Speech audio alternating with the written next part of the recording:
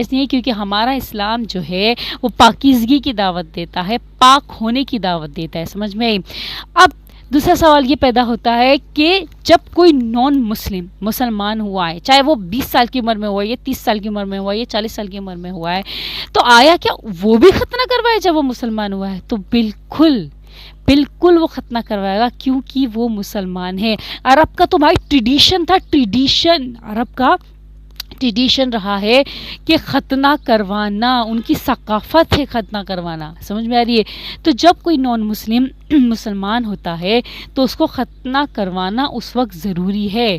مجھے کیسے؟ ایک حدیث میں آتا ہے کہ جب بھی کوئی کافر مسلمان ہوتا تھا تو رسول اللہ صلی اللہ علیہ وآلہ وسلم ارشاد فرماتے تھے کہ اپنے کفر کے پہلے کے بالوں کو ہٹاؤ، یعنی کہ زیر ناف کے بالوں کو صاف کرو، ہٹاؤ اور ختنہ کرواؤ. ختنہ کروانے کا